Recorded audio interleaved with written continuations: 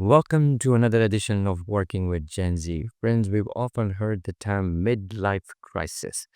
This is a moment in which executives and individuals are often doing some soul searching in an attempt to find out what is happening, what's my larger reason for being on planet Earth, and is often driven by the context in which they're working. This could be perhaps there are some health issues that are bothering them. It could be because there's some family issues. It could be because they're actually questioning the careers that they have.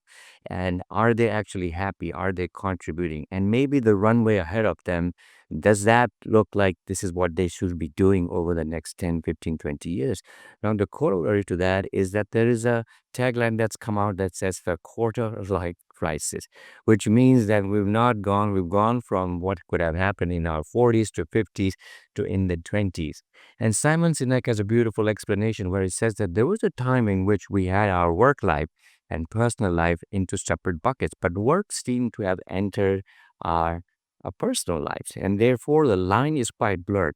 And to add to the fact that we have our devices, which is making us very, very insular. And that's the whole epidemic that we've been hearing about young folks and also even elderly people where you're seeing the mental well-being crisis and so on. So when you're at that stage, perhaps there's this question about what anchors me and is there a purpose? Now, this sounds very, very good for a conversation, but actually, in practicality, how do companies make it happen? How do we think about having the younger generation make that happen? They're often in this identity crisis when they're looking to say that, I had one goal of my life, but perhaps it's not turning out the way I like it. And, what happens? And that's where you see this epidemic about the mental well being and all the other things that we're hearing. And add to the fact that the world is really kind of becoming a very interesting place. A lot of polarization happening, wars are happening. So it's the perfect storm. But to help us with that is just the right expert. And I'm very happy that this is finally happening. And so I'm delighted to welcome my guest in is none other than my ex-colleague and a good friend, Michael Chavez, all the way from San Diego. Michael, good evening to you and welcome. Thank you, Nikhil. It's great to be here. Thank you so much for having me on this channel and to talk about what I think is a really important topic. Excellent. And so, Michael, I know you have a bestseller on the very topic, so I certainly want to kind of you to talk about that at some point. But first things first, I've known you and I've worked with you closely. I've certainly learned so much from you, and this is going to continue. So, on this conversation, before I dive into my questions, Michael, tell us a little bit about your background, your illustrious story, and what do you do so that our viewers can get to know you first, and then we'll dive into the questions. Sure. Thanks, Nikhil. Well, it's a great conversation for me, this conversation, because my story is kind of a little zigzaggy, and it's actually one of my discovering my own purpose. Which is really about helping leaders to unlock human creativity in others, and helping organizations to do the same thing. So it's a very human centric kind of purpose. But what I really I started life as a strategy consultant out of business school, and I was a finance major in business school. And after discovering I didn't want to do banking, I went into strategy consulting, and I really enjoyed it. But it was something still kind of missing for me. I really wanted to get closer to the action of the execution, but I really liked being sort of in these strategic conversations, and that led me to several jobs that were in what was then called strategic planning departments, which today we think of as kind of an oxymoron. You can't be both strategic and planful at the same time. It's almost the opposite, right? But I ended up working in strategic planning for the Los Angeles Times, my hometown newspaper, and then for Coca-Cola back in Atlanta, Georgia, and that was where I started to have an inkling that I needed to switch gears a little bit, and I realized that my talents were probably better placed elsewhere as well. And so that's a bit of a theme, a foreshadowing for our conversation a little bit later.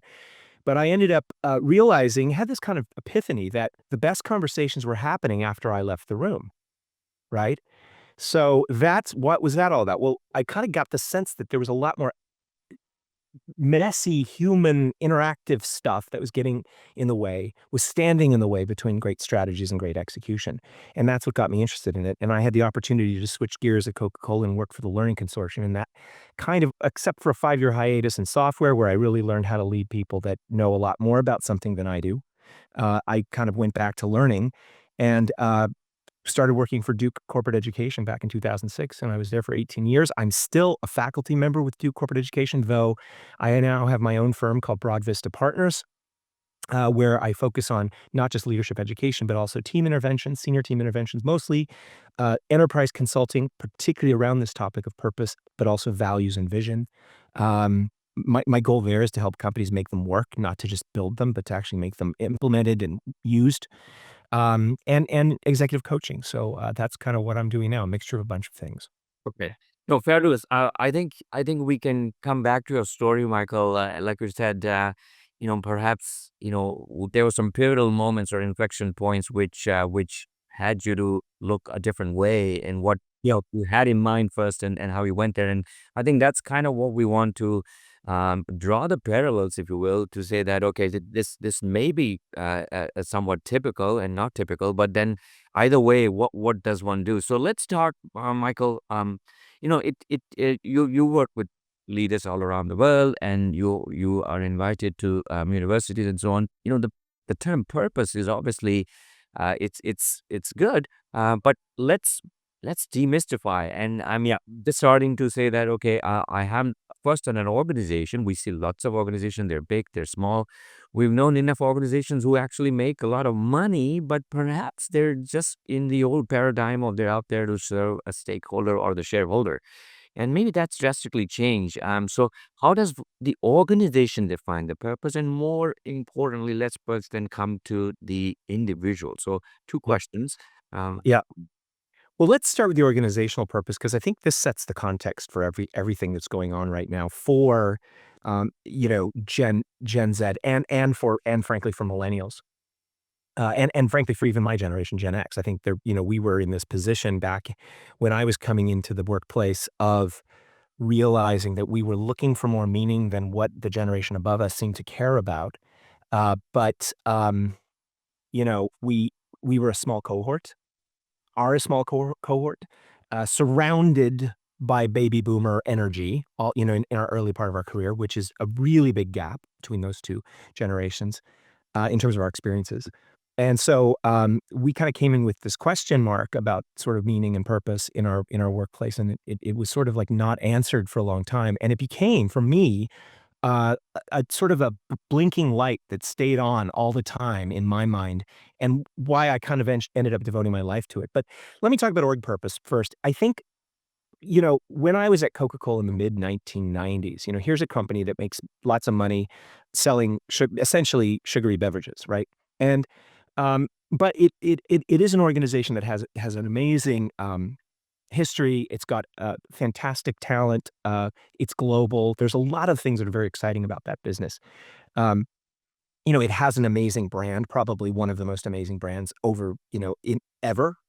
Um, but my generation was in there kind of going, well, hey, CEO at the town halls, what's our purpose? And we were summarily told the purpose of Coca-Cola is to maximize shareholder value. Now, that is not wholly untrue, but it's a dangerous half-truth is what, we've learned. And the reason it's a dangerous half-truth is if I'm gonna be really, really a hard-nosed, let's say, institutional investor and look at it purely through the lens of value, that answer is not satisfying to me. And the reason it's not satisfying is because it's undifferentiated. It's not telling me anything. Everyone is telling me that they're there to maximize shareholder value. So why should I care about investing in Coca-Cola? So, the very first thing I wanna debunk is this idea that somehow that's an answer to what a purpose is in an organization. It's not even a good answer from the perspective of institutional investors, even ones that I talk to. They're like, "No, that's not telling you anything," right? So, then what is it, right? And I think who really framed this, and one of the people who inspired us to write the book, my colleague Sudhanshu Palsule and I, was Rehumanizing Leadership, was this realization really was Rosabeth Moss-Kanter, who wrote an amazing article back in, I think it was 2011, called How Great Companies Think. How Great Companies Think, 2011, Harvard Business Review. Really good article. And in it, she differentiates between economic, the economic value or the the logic of the business, which we know from good strategy frameworks. Economic logic is sort of the money machine. How do you actually sustain the ability to create returns above the cost of capital over and over and over again? Very hard thing to do, by the way, right? And it's not to be trivialized. It's a necessary part of enterprise sort of thinking that we have to have economic logic. But she goes on to say there's also something called the institutional logic of the firm. Now, this is where it gets really interesting because the institutional logic is the ability to create the conditions with society and people that allow you to flourish over time, right? Now, if I think about creating value above the cost of capital over time, and then creating the conditions with society and people, including employees, including stakeholders, that allow you as an enterprise to flourish over time, those two things are going to be in tension. There's going to be conflicts between them. But they also work really well together, right? Because if you don't have economic logic, you don't really earn the right to ever ask the big long-term question about institutional logic. Yeah. On the other hand, if you only focus on economic logic, the problem is at some point, you're going to be blindsided by either a reaction to your company, by society, by the local communities in which you operate, or by employees and stakeholders. And we've seen lots of institutional logic clashes really in the last, I'd say, 12 to 14 years. The first real wake-up call for us on institutional logic for me was when we started to see things like Occupy Wall Street or Occupy the City of London. I was living in London at the time and walking through the tents around St. Paul's Cathedral that were basically saying capitalism is dead, right?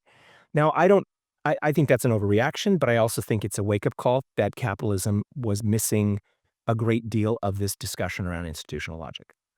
And what institutional logic, if you back up from that and say, all right, let's realize that we've got to think more broadly than just about our ability to earn economic pecuniary value in our company, we have to then ask ourselves the question, what are we here for ultimately?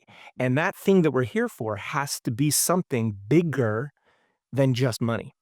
Otherwise, you're not leaning into the institutional logic question. Also, and I think this is where, Gen Z is telling us that we have to pay attention to this.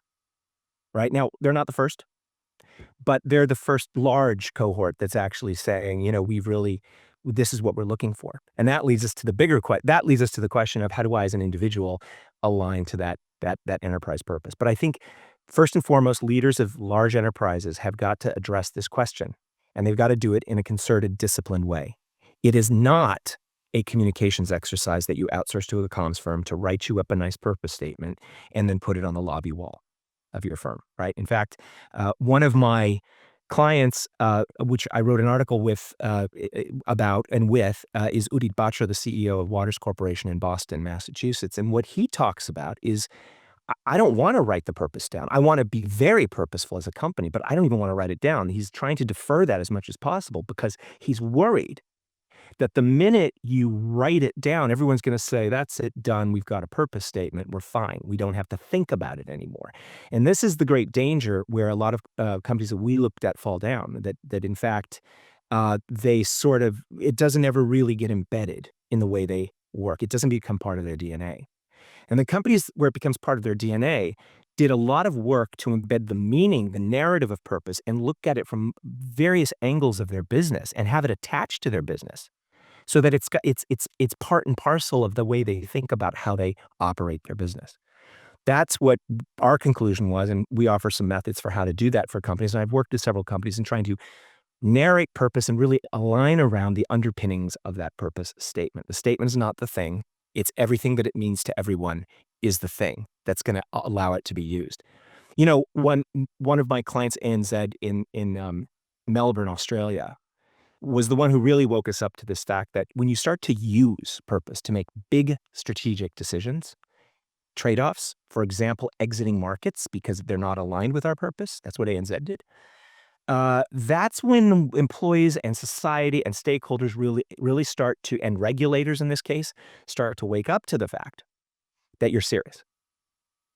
And that's the key kind of ingredient that we have to think about when we're building enterprise purpose. Now, if you really kind of back up from that statement, what you're left with is an explorate purpose is an exploration of our shared authenticity as a business. Like, it's really who we are. And once you kind of know who you are, you know what to say yes and what to say no to.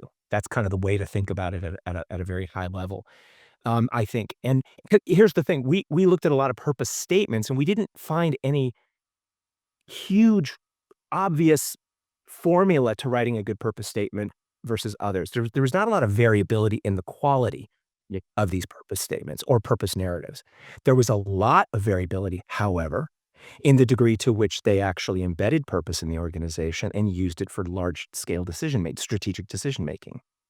And that's where we realized it's not a comms exercise, right?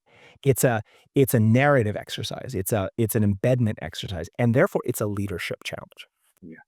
Yeah. So absolutely. I was going to just quickly to say that does it almost come down to Michael, um, the leaders who are driving the ship because it seems in a time when there is intense pressure on a CEO.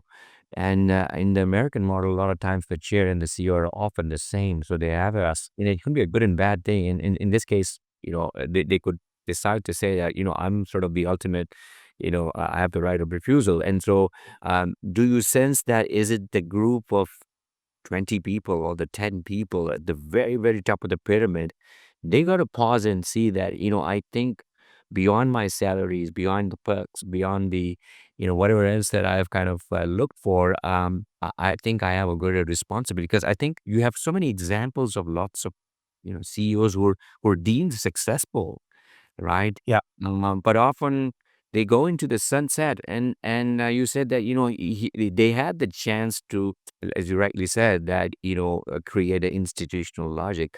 So that's one part of the story, and then of course let's talk now on the Gen Z, where you've got a young generation. Yeah. How can they go about it? Yeah.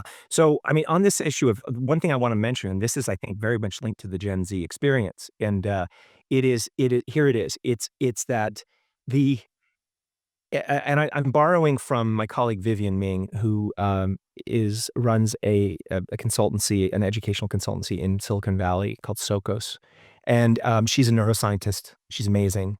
I've written a couple of articles with her, which you can find on my website. But she talks about this phenomenon of um, sort of the startup world in the Silicon Valley, where you get the odd CEO that she has come across who is aware of the fact that people coming into the workplace are looking for meaning. They're looking for this kind of purposeful existence. And the CEO founder says, sort of invents a purpose, kind of finds something that makes sense, right? But doesn't really lead from that. You could argue if I'm really cynical, I'd say they were just doing it as a smokescreen, right? And her point is, this is actually worse than doing nothing, right? Because purpose is fundamentally, we are wired for purpose as human beings, right? We're wired for asking why. We're wired for greater connection, greater meaning, right? And this is, part of our brains, part of the latter stages of human brain development got two things. One is the need to ask why, to think long term, and two, empathy. And both of those can be easily disrupted. But as it turns out, we are sort of wired for it. When you start to say, "Hey, come join me because I'm a purposeful company," but deep down you're really saying, "Hey, come join me. I'm hoping to be a billionaire out of this," you got a problem. And the real problem is that any smart young individual coming into that business is going to smell that very quickly, right?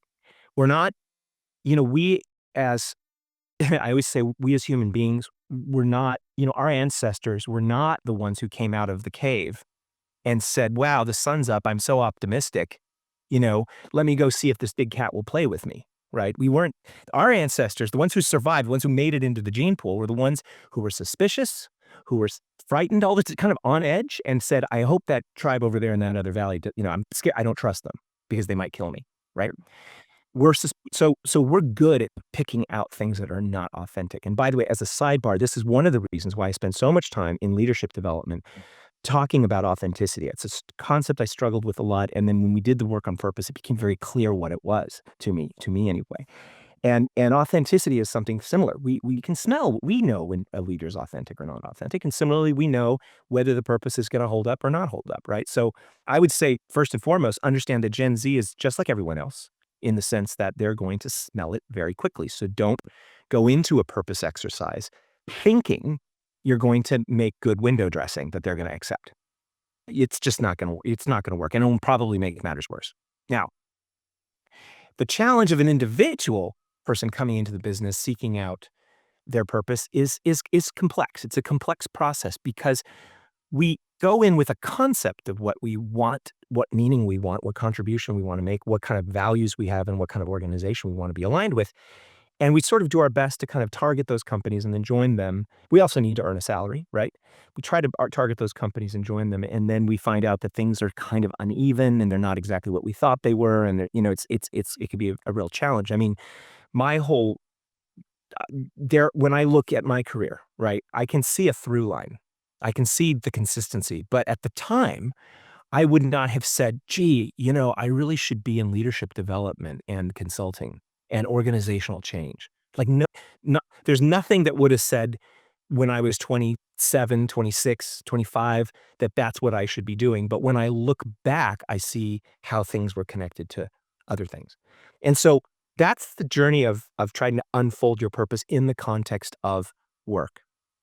When we got into by the way, the topic of individual purpose is a topic that my co-author and we talked about it and we said, please, let's not write about that. There's too much. It's sort of guru land. It's sort of self-help land. It's sort of not where we were going. We were going more strategic enterprise purpose. But we decided to write the book at a program with a large pharmaceutical company. And what's interesting about that experience was that we were, we were working with the sort of upper middle of the organization, sort of director, senior director level, even executive director level. And and they were the ones who gave the feedback to the C-suite that we need to be more explicit about purpose. So, the other lesson here is don't underestimate the power of a groundswell around purpose and meaning, right? And no senior leader should do that. But let's get back to the individual journey because the individual journey is complex. Yeah. Uh, we what caused us to actually want to write about it was a gentleman by the name of Daniel Pink. Most people listening to this probably know him. Great author, is just a master at accessing relatively arcane organizational science literature, psychology literature, and applying it to the business context, the business reader, right? And making it relevant. And I got to meet him at one of the conferences that you and I would have attended together, and in South Africa, and he was speaking for us. And I told him, I said, Daniel, I'm really pleased to meet you. I've been working with, your book and your concepts around the book Drive that came out in 2011, 2010. He said something really surprising to me. He said, we were not that satisfied with the way that chapter on purpose, individual purpose came out. And he said, but I can share with you some of our data and maybe you should write about it. I said, incredibly generous, right? So I got on a call with him and I learned something really, really interesting. There's this phenomenon he developed that we wrote about called, with his permission, called small p purpose, as opposed to capital P purpose, big. He found examples over and over in his interviews of people who were in organizations who did not necessarily do anything that was aligned with their life purpose. An example that I remember was he met this is kind of an example that he saw again and again, but this one I remember. It was a gentleman he interviewed who was very motivated in his job. So he looked at all the people who were motivated and said, how aligned are their purposes with the organization? This guy is very motivated, but was not terribly aligned really with the purpose of the company. He had a very deep sense of personal life purpose. He was very interested in, life-saving lives. He was very motivated by some of the things that the Gates Foundation's doing, very motivated by the work that a lot of, successful celebrities are doing in places like Africa, to make the world a better place, save lives, all that kind of stuff. He's very motivated by that. Save the children, the whole thing. And he's very motivated in his job. But his job was accounts receivable in a chemical company. Right. Yeah. Right?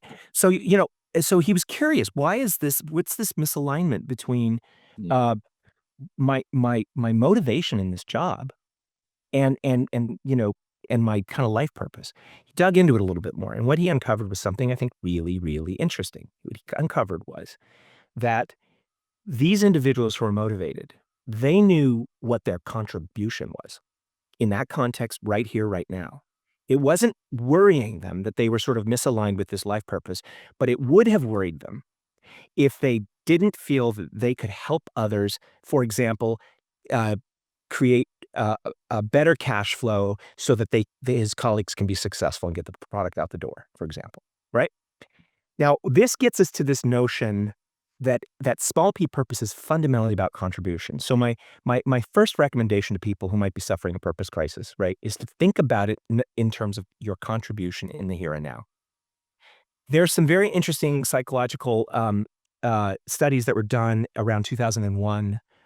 Schwartz is the researcher, I think, who did a very basically demonstrated cross culturally. This is a very robust concept across cultures, which means it's a deeply human one, right? Sure. Mhm. Uh, and that is that we are, generally speaking, humans are motivated when you really strip things down to the ability to having the opportunity to help others, right? That's kind of a universal motivator for us. Now, the nuance here is helping others is kind of the broad, and by the way, it stands to reason when you think about it, right? World religions are based on this concept, Sure. right? But when you think about it, when you really think about what does that mean? What it means is, how do I help someone? And when you say I want to help someone, I want to be in a position of helping someone, you're necessarily bumping into another concept, which is, well, what am I good at? What do I do well? How should I be helping others? Is the next question.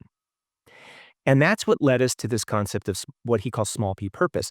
My contribution is much more accessible Yeah. than this very high bar called I've got to find my life purpose. I talk to leaders who are sort of in their 50s and 60s, and they're still discovering their life purpose. And I think that most people have to get ready for the fact that this is largely a journey. The good news is small p purpose is very accessible right here, right now. And here's my supposition. I have no way of proving this. I think, personally, the best way to get at life purpose, to get at capital P purpose, Yeah. is to just do a lot of little mini small p purposes and just see what unfolds, right? Almost take an experimental mindset, but make sure that where you are in the moment is one that's motivating you because it's allowing you to do a couple of things really uniquely well. Demonstrate your competence, contribute meaningfully, and know that your contribution is valued. Yeah. And if you can kind of get that going, that's what his research suggests. There's other more rigorous research that sort of proves that Yeah. we're all motivated by, Dechi talked about, in the 1980s that our fundamental motivation is autonomy Yeah. and meaningful, not autonomy over everything, but enough autonomy in my Sure. job. Mastery is what Daniel Pink called it, but it's really competence. The ability to demonstrate that I'm good at something both to others and to myself and getting better at it. And then purpose, or what Dechi called relatedness. And it's this idea, and this is agency theory, but relatedness is essentially the idea that this is meaningful to me because I'm related to, I have a linkage to, I have a meaningful connection to what the company is doing, what my people around me are doing, and how I relate to them. Right. Right. So that this is, if we really get down to these sort of more fundamental concepts and sort of put the purpose word to the side, what we're really looking for is meaningful contribution. And that's probably the best way to uncover, I think, our life purpose. And I would say, it's just way more accessible. It takes a lot of the individual pressure off, Yeah. right?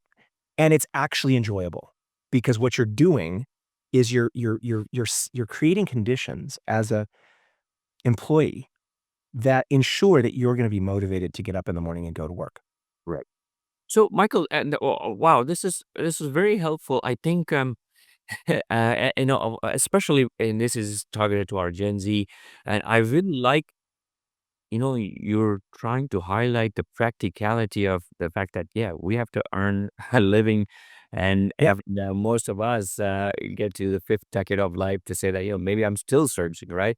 Now, Yeah. what how just to extend that thought, how do I mean, I'm in the 20s, I'm in a job, I perhaps don't have that level of self-awareness. So normally what comes in the way, I mean, uh for instance, for someone like us who when we see lots of leaders, perhaps that can kind of give us a view from the ringside.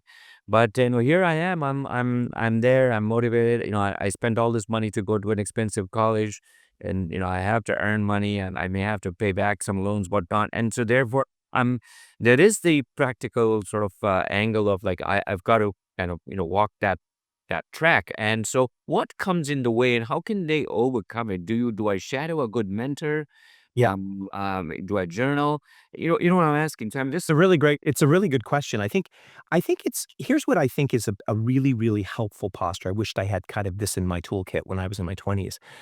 Um, First and foremost, what I think you want to be doing, right, is tracking in each of your job experiences. Because let's be honest, a lot of it is random. A lot of the stuff that happens to you in your early career is someone offers you a job, it sounds good, you take it, you hope for the best, right? So use that opportunity as a way to test for yourself, what do you really enjoy?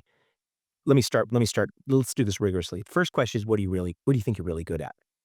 What is emerging for you as something that you're better at than most people? and even Uh, that's a discovery process, right? it is a discovery process, yeah. And that what you're so what I was good at was not the stuff that I wanted to be good at. Let me put it that way, right? I sort of now that and there's room for building skills, so it's you got to leave it open. But I was sort of denying some intrinsic capabilities I had because I had a concept of what I should be doing, Yeah. right? And I think my first recommendation is be open to allowing stuff that you're naturally good at to emerge. Now, this is, um, I think, a really important aspect of self-discovery and self-learning, right? And so, just kind of your first job out of university or business school or whatever it is, graduate school, whatever it is, be open to what you're good at that may not be directly aligned to your degree. Yeah. I was an economist and I was a financial, I was economics and finance, right? And, here I am in organizational psychology, right? Like, how did that happen, right? But in organizational science. Well, it's sort of allowing for those things to emerge and recognize that that's not a denial of what I did. I mean, I did that for a lot of good reasons, and it gave me some great opportunities and allowed me to be a CEO, and it allowed me to do things in this world that and I loved and I do like it. I mean, I love that stuff. I just don't do it in my career, right? So it's kind of like just giving yourself a little bit think about it in terms of guardrails, not as a linear track. Nothing is linear in this world. Now, we do this little exercise called the River of Life, which I know you're familiar Well, with executives and ask them to tell their story and think back about that through line that they discovered and what did unfolded for them over time.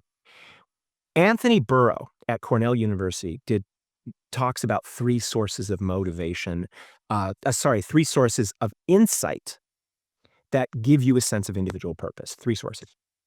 The first one is sort of who inspired me. Who's like inspired me on my journey. Kind of what did they teach me? So this question you're asking about mentorship is really relevant. yeah. By the way, side note, sometimes if you're like me, you had in your early career people who inspired you in the negative, meaning they they, they, I had a boss in consulting who to this day I think is what I'm about to do as a leader gonna sound like him? And if it is, I don't do it, Yeah. Okay. right? Because that's like the contra the counterfactual to what I actually want to be, right? So allow yourself but also you're inspired by lots of people in your life. They're from your life, they're not just from your work life, right? So who inspired you? The other source is, what were the inflection points in your life that really taught you something? Sort of maybe even caused you to bump up against your values. The twists and turns that were maybe unexpected. Things happen. And those things that happen in your life, sometimes they're very difficult, teach you something. Trauma even can teach you something, right? So we sort of allow that to be open to us to try to think about what our leadership purpose is or why we're here in our job, in the job we're in. And the third one is this idea of snowball effect. He calls it the snowball effect, but it's he describes it as stuff you always go back to, you know, stuff that you kind of didn't allow to emerge as sort of an identity for you because it's a skill you had, but you didn't think it's a skill you should, it's not a should, it's a, you have it anyway. And a lot of stories I hear from leaders is of their ability to kind of recognize that they sort of suppressed certain things that they were good at just because they thought it wasn't something I should do. We're brought up with an image of, the age old story of, my parents expect me to be a doctor, a lawyer, and an engineer, right? And so, which is fine, by the way. I mean, I was going to be a banker, but then allow for that to loosen up a bit and allow for other signals to emerge. So that it's first and foremost, what is kind of life teaching you and about you is kind of the first thing, and what you're really good at.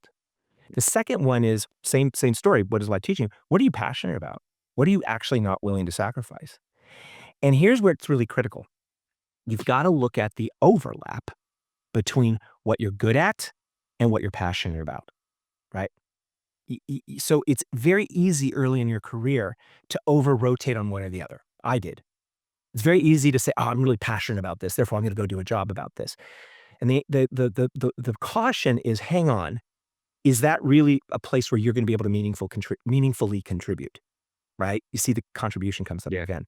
Mhm. So you really wanna be able to find something you're gonna meaningfully contribute to, and that's gonna require you to look at the overlap between what you're passionate about and what you're good at, right? I am, passionate about acoustic guitar. But you are not gonna see me at the Hollywood Bowl, and it's not gonna be my career. It's a hobby, I love it, but it is outside of my purpose because I'm not that good at Mm. it. I'm just not, right? Well, And that's a good point. I'd really like to hear more. Please, yeah, go ahead. yeah, no, so I'm just this overlap is a little takes now this is kind of answering in an oblique way your question about journaling. This is where I think journaling is really helpful. Draw a Venn diagram. What are all the stuff what are all the things that you're really good at? Draw another, draw two circles, overlapping. And in the other circle, what are you really passionate about and what sits in that little overlap space? That's where you gain some insight as to how you live your purpose in your job, or at least get close to it, or at least get to that small p purpose of contribution, meaningful contribution. There's other content. But this is still just only part of the equation because all we've talked about in that one Venn diagram Yeah. is we've talked about the inside out view. We've talked about, okay, this is what I should be focused on, these kind of domains, these areas. Mhm. Um, uh, there's an outside in view that you have to put Okay. into the picture. And the outside in view is who cares?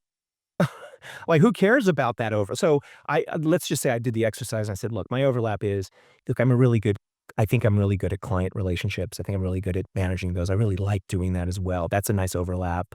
Sure. I really like organizational stuff. I'm pretty good at it, that kind of stuff.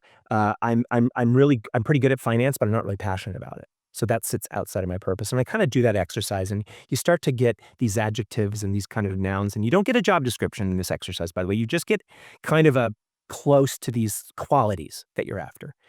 Now, the next overlap, if I add a circle to these two circles and have it overlap the overlaps, and with some pieces outside of it, is what does the business actually need and want of me in the job that I'm in, right? Now, the business m might not have articulated that very clearly, but you kinda know what they need and want of you. And, I always ask leaders to talk, especially when I work with technology companies in Silicon Valley, which is just, an hour flight away from me. I spend a lot of time up there, right? And, what I find is that a lot of these mid-level leaders in technology companies are still struggling with what does the business need of them as a leader, Yeah. right? They know what the business needs of them technically, but when you ask yourself what the business needs of you, you've got to have this expanded view. And even if you're not yet a people leader, even if you're really early in your career, yes, you have technical capabilities, but you also have organizational, interpersonal skills that are being leveraged, whether you know it or not, that they expect you to leverage, right? Because it is now a much more collaborative environment than it was when I entered the workplace, and it's therefore, and we're seeing leadership is getting pushed down. In fact, one of my clients, I did an entire session on leadership for purely independent individual contributors, no people leaders. They're just individual contributors, and we talked about leadership for an entire day. And what I found was those conversations were not terribly different than people who have large organizations. Why? Because at any given point in time in this company, one of those people in the room is going to be seen as the technical expert and having to lead the conversation or lead the decision-making process, right? So we're talking about here a really interesting question, which is what is the business really needing and wanting of me? And how does that intersect Yeah. with what I think I'm good at and passionate about? And that's way more powerful than a job description. Yeah. Now, I always say to leaders who have Gen Z or even millennial kind of folks reporting to them to say, if you ever get the question in a one-on-one, you get the following question. I need some clarity on my role, right?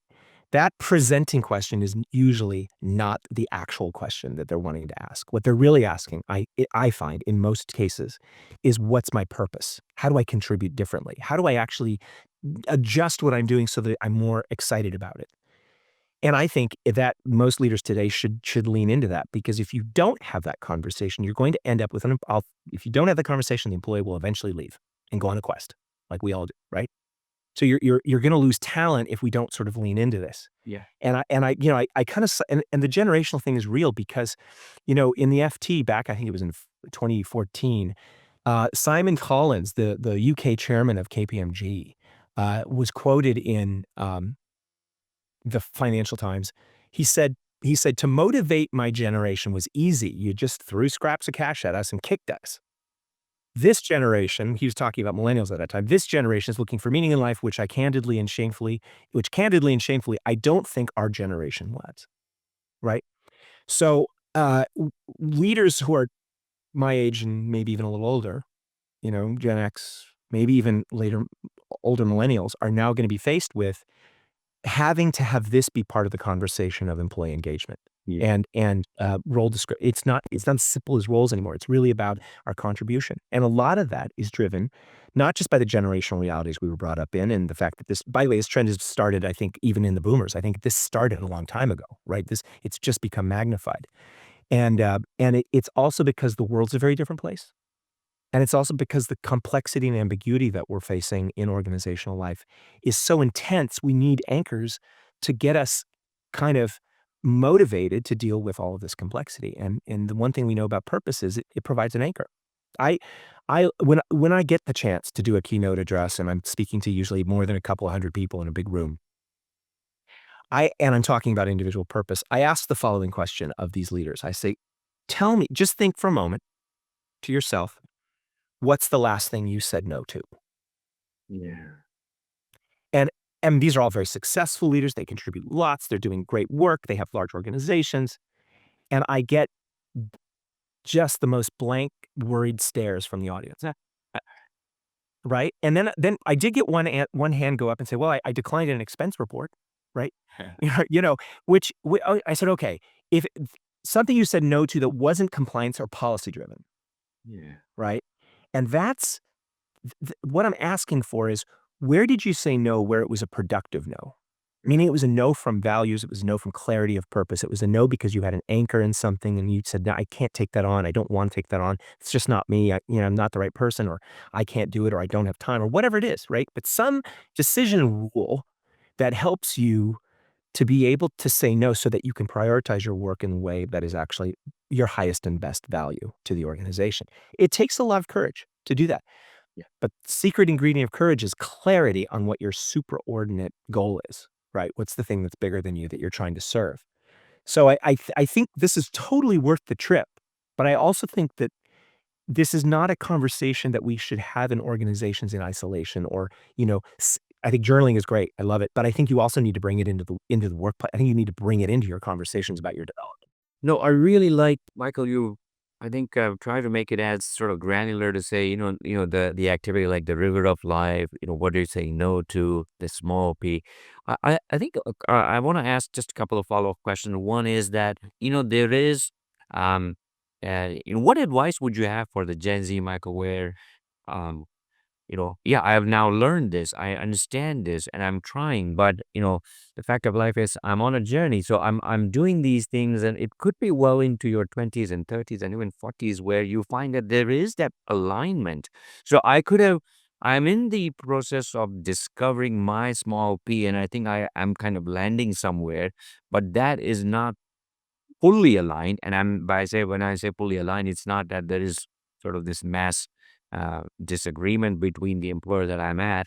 What advice would you have? Would you say that, continue to kind of tread that till you can step out, or, and that's number one. And number two, there is also a fair amount of peer pressure in that age group, right? Where you say that, well, yeah, this was good advice to me, but yeah, look at my guy, my friend over there in New York, or as you say, that well, where the consultants are making a lot of money, and yeah, I think I'll cross that bridge when I get to it. So I got two questions. One is that, yeah, have your small PE, but it is not necessarily aligning, but not in a bad way. What advice you have to for them to think about as they progress through their career? And second is, from the Gen Z's perspective, what can they do? Because I think a lot of our conversation, you're right, that what a good employer and a manager should do, but I'm flipping it to say that, even that generation has been tagged, and you always want to be cautious, but to say that, they're fragile, sort of like what people were saying about Gen Y, they're narcissistic and they're more entitled. So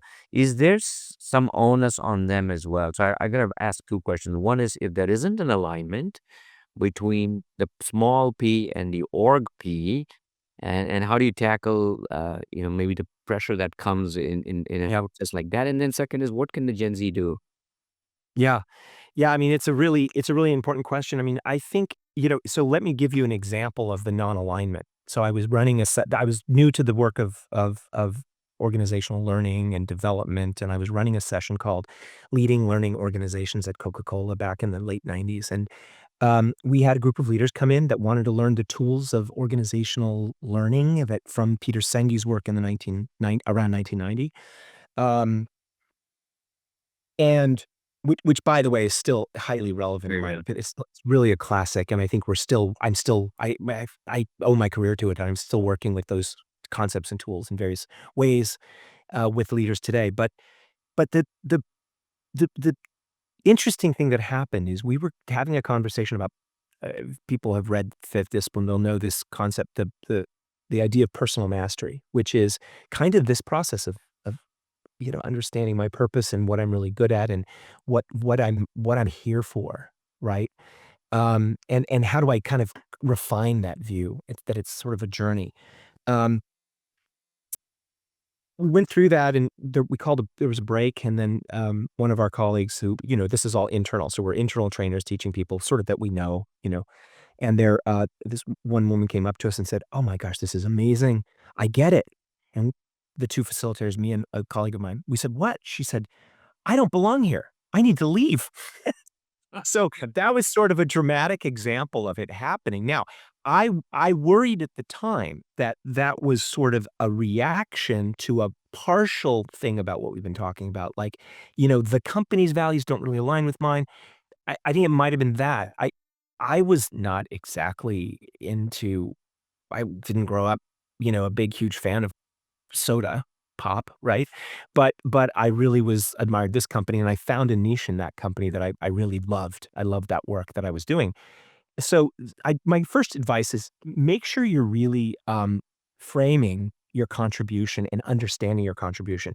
And my first recommendation to anyone who's going through a little bit of a crisis of purpose is, if you're on a team, which you probably are at this stage, have a conversation with each of your team members, peers, and your boss, and say, "Can you give me feedback on what contributions I'm making that you particularly value?" Now, I'm borrowing a little bit here from Adam Grant's work, Adam Grant at Wharton.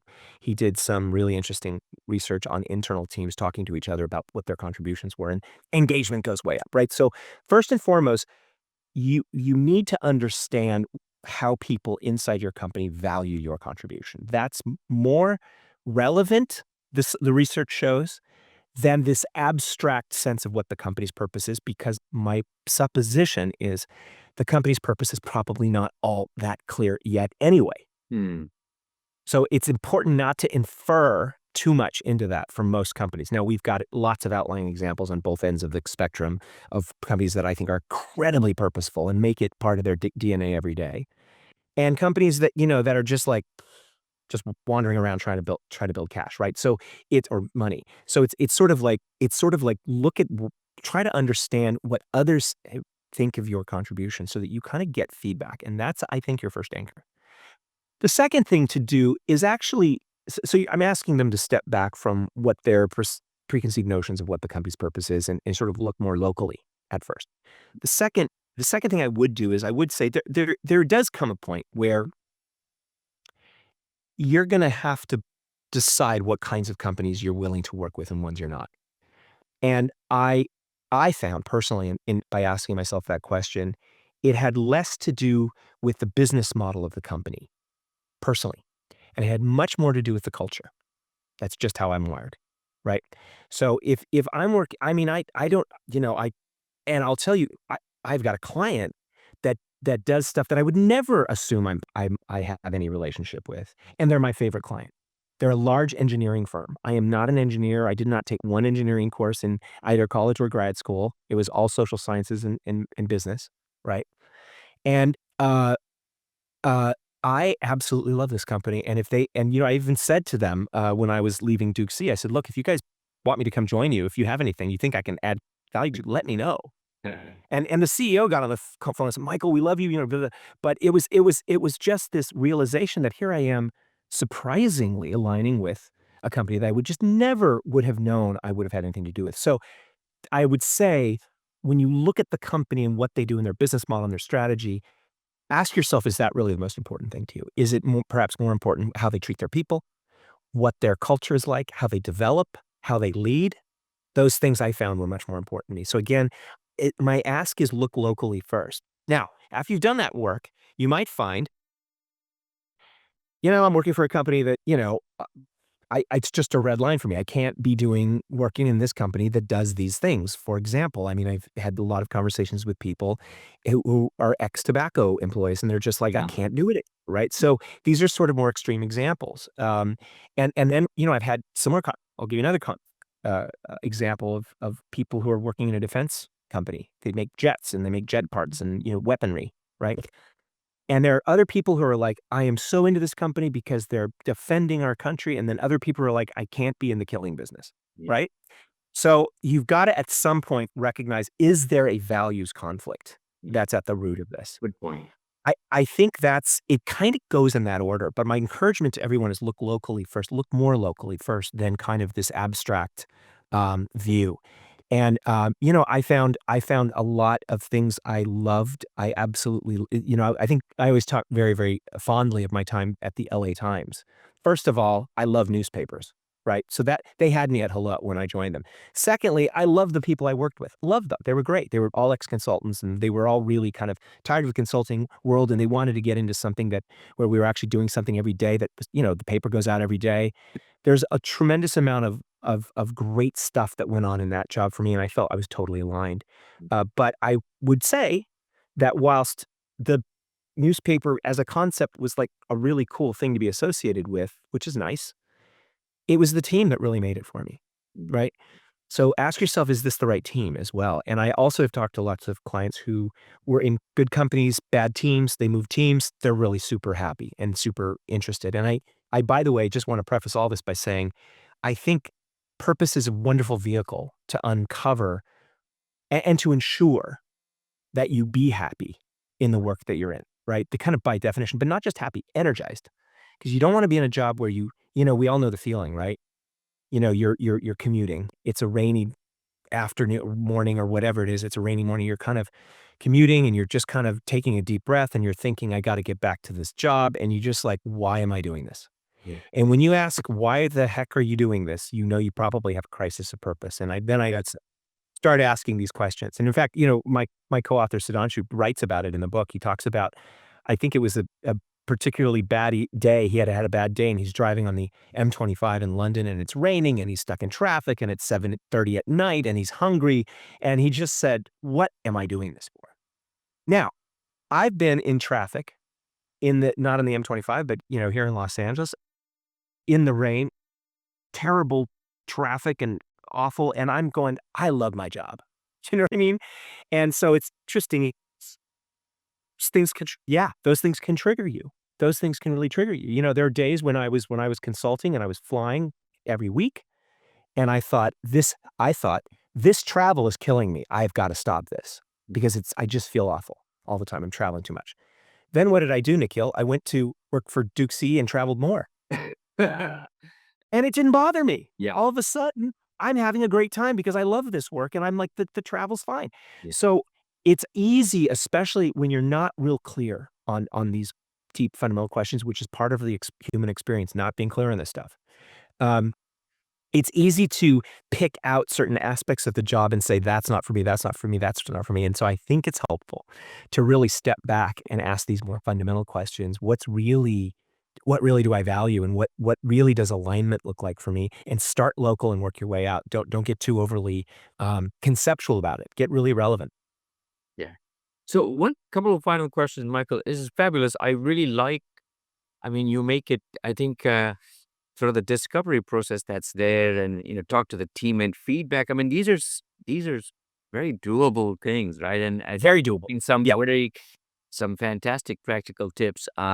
Michael, you work with a lot of company around the world, around the globe, and what in your experience, like, what can you name a company or two where they've fundamentally like taken the time to discover it, and hence has that had is there a correlation to, maybe the leadership or the board or Yeah. to kind of really explicitly take the time to do this? And does that have a correlation in terms of the employee engagement, the productivity? So that's one question. And the final question is that, okay, what advice would you have for the managers, right? Yeah. We've always spoken several times on the show that the Gen Z context has been a turbulent one. They've seen wars, they've seen pandemic, they're seeing these movements that are happening, they're seeing fake news and polarization, and the geopolitical, world is a very crazy spot. So two questions. Number one, can you name a company or two where you worked or read where purpose has been defined, and hence, that kind of brings down into the system, and how that's happened, and then like maybe the words of advice for a man, think about how they had find the purpose for the Gen. Yeah, and so manage it. Yeah, so the first part of your question, Nikhil, I think we write about a bunch of companies that have this really extraordinary exploration of purpose, and it's all been precipitated by a combination of great leaders who step up to this question and recognize that they have to do this to build engagement and build sustainability into their business. They don't look at it as window dressing. They take it seriously and it's authentic. Um, I have to say that I think ANZ in Australia as a bank is still one of the most remarkable companies I've had the privilege of working with. Shane Elliott, the CEO, is just very driven by this concept, and he's a wonderful person to talk to about it. Um, I've had the good fortune of working with multiple pharmaceutical companies, which interestingly, surprisingly, a lot of them didn't come to purpose until later on. They're and the reason is because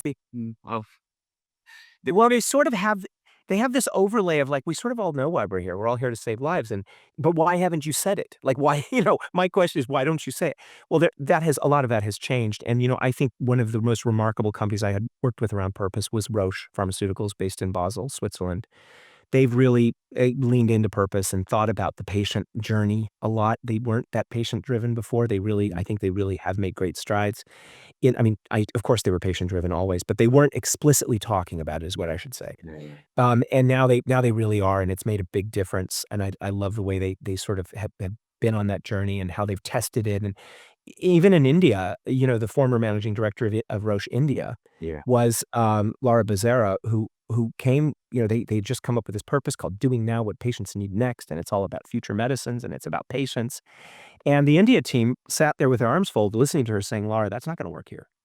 If you want us to do now what patients need next in India, then we should be in the access business, mhm, right? Because the vast majority of patients in India don't have access to our yeah, drugs." sure, And that caused this big strategic question mark to happen at Roche to say, "Are we in the access business?" And they're now, they're sort of last I heard, they were really leaning into that and uncovering it. So when purpose causes these big questions to arise and big answers to those questions and causes a shift or some sort of sacrifice to happen, you really know that you've got a purposeful company. I would say, Unilever has been on an amazing journey. There's been a lot written about them, and my colleague Sudhanshu Palsule, wrote most of that because that was his claim, and I just love their stories about how purposeful they are. I actually think that we're in a place where companies are starting to, um I think a lot of them sort of had a first go at it 10 years ago, and now they're kind of realizing that there's this bigger sacrifice that has to happen when you actually adopt a purpose. You have to demonstrate that you're making trade-offs and sacrifice for it to work. And I'm quite, I think not to sidestep the question, but one of the companies that seems to be doing a great deal. Let me back up. I think a purposeful company is one that encourages the team leaders to build purposeful teams. Mm. So to some extent, Nikhil, I'm a lot less worried about the enterprise purpose these days than I am about team leaders having a clear sense of team purpose and contribution to the company. Because there's, it's hard to get that right. We wrote about American Express, and one of the senior leaders, Denise Pickett, talked about the fact that strategy doesn't do what it used to do to align and engage people because it's so complex and it gets chunked down. And by the time it reaches the individual, you're looking at a very narrow slice of that strategy and how it relates to you. But purpose is something that can unify us together, right? And I actually think American Express has done a great job of speaking about not just their purpose, but also their values, which they call the blue box values. I mean, just very driven. And here you have a company that's in financial services, right? They also have a great brand. Now, I suspect, and I have an inkling just because we talk to a lot of chief marketing officers in our research, that some of the best brands are very purposeful companies. Stands to reason when you think about it, right? So if you look at some really good brands, you're probably going to see a lot of work that they've done on purpose. And so I think if you're looking in a branded company, dig into it a little bit. I think it's a good source of insight. Now, your second question was about uh, What advice would you have for the managers to just, for the managers, joining managers to say that for the incoming Gen Z to say that, hey, what role can you play? Because at the end of the day, yeah, that can make such a big difference. I mean, you joked about the boss that you had many years back. yeah. Now, a lot of us, we a lot of us, I wish it were funny. yeah, yeah. No, but yeah, you can look back and say, now I know what not to do from the one extreme, right? But yeah, what would you say what role can they play? In So all of those things I just went through, the overlap of passion, the overlap of the overlap between passion and capability, or your special skills and what the business needs of you. We were describing that tool with our colleague John Davis, whom you remember, yes, who's out go. at the University of Oregon. He we were at the Ministry of Health in Singapore talking to them about this topic. And, the Ministry of Health in Singapore, this is pre-pandemic, we learned later how, like, excellent of an organization it is, right, in a lot of ways. And this very senior leader in the back of the room when we were giving this presentation about individual purpose and as a tool for discovery of leadership purpose, she raised her hand and said, "Michael, shouldn't we use this as a coaching tool? I mean, wouldn't it be more powerful for our leaders? We spend a lot of time coaching people to task. What if we coached them to purpose?" And I thought that was one of the most uh, illuminating conversations that I'd had in that entire kind of trip, which was, if we as leaders should be concerned not just about coaching people to close gaps, to think about micro skills, those are all important, but they're not sufficient. We should also be coaching them to help them uncover their purpose in the context of the work we're doing, right? To help them get at this small p purpose. Because it's hard to do without, the mentorship really helps because they have more context, they have more experience, they kinda know, how the place works, and I think it's really helpful for a manager to sit down with their new employee and say, "Hey, tell me what you think you're good at. Tell me what you think your contribution is. Tell me, what are you passionate about in this kinda work that you do?" And you might be and both of you might be surprised at what emerges from that conversation. One of the things I love about the River of Life exercise is If I asked all these leaders in this room to write down their values, I guarantee you they're all going to have the same ones in the top five, right? It's all going to be, excellence, integrity, honesty, da da da, da, right? They're all going to be the same, but they're relatively large, big words that don't mean a whole lot. However, when you start to draw your river of life and you start to say, this is what happened to me here, I learned this. This is what happened to me here, I learned this. This is what made me realize I'm good at this, those sorts of things. You start to bump into values that you never knew you had. So when leaders have this conversation, and purpose and values are very closely linked, but when leaders have this conversation with genuine inquiry, genuine interest to say to young people coming in, what do you think? What are you mostly passionate about in this work, in this job? What do you what do you really? How do you want to contribute? Let me talk to you a little bit about what I think the business needs of you. And it's kind of like you're taking the job description and you're putting it to the side and saying, let's step back and look at the bigger picture of how you contribute in this business. And also, I think it's important for leaders to periodically, once those new employees are in, to say, this is what I really value about your contribution, about the work you're doing. Because we don't hear enough of that. I never did. I never got that enough of that feedback to say, and I'm not saying leaders need to be soft and to be um, overly nice. I'm saying be honest, be transparent, be authentic, and say this is actually what I appreciate your contribution is. I think it's a very separate conversation from, hey, here's some things gaps you need to close, right? But here's what I appreciate. They're two different conversations. Really important for I think leaders to separate those and be honest about it. Yeah. Be honest. I think Okay. this whole thing about this whole thing about snowflakes, you've heard that one. I think that's really inaccurate and unfair, honestly. I think all the things I'm seeing everything from Gen Y to Gen Z. Gen Alpha and now Gen Beta is there. Yeah, and right, exactly. Now we got and even and by the way, even my generation, Gen X, we started to do this, or tried to do this. I see all the things that folks are complaining about in some of these organizations as entirely valid. Yeah. They might be complaining about them with a different language than my generation had. Mostly my generation just shut up about it and we talked to each other about it, right? But I think it's wonderful that they're bringing these things up because we have to have a different set of organizational values, operating model than we did in 1992. There's just no way that that organization that I worked in 1992, 93, 94 is going to work today. Because why? Because we need different levels of engagement. We need higher levels of collaboration. We have a lot more complexity.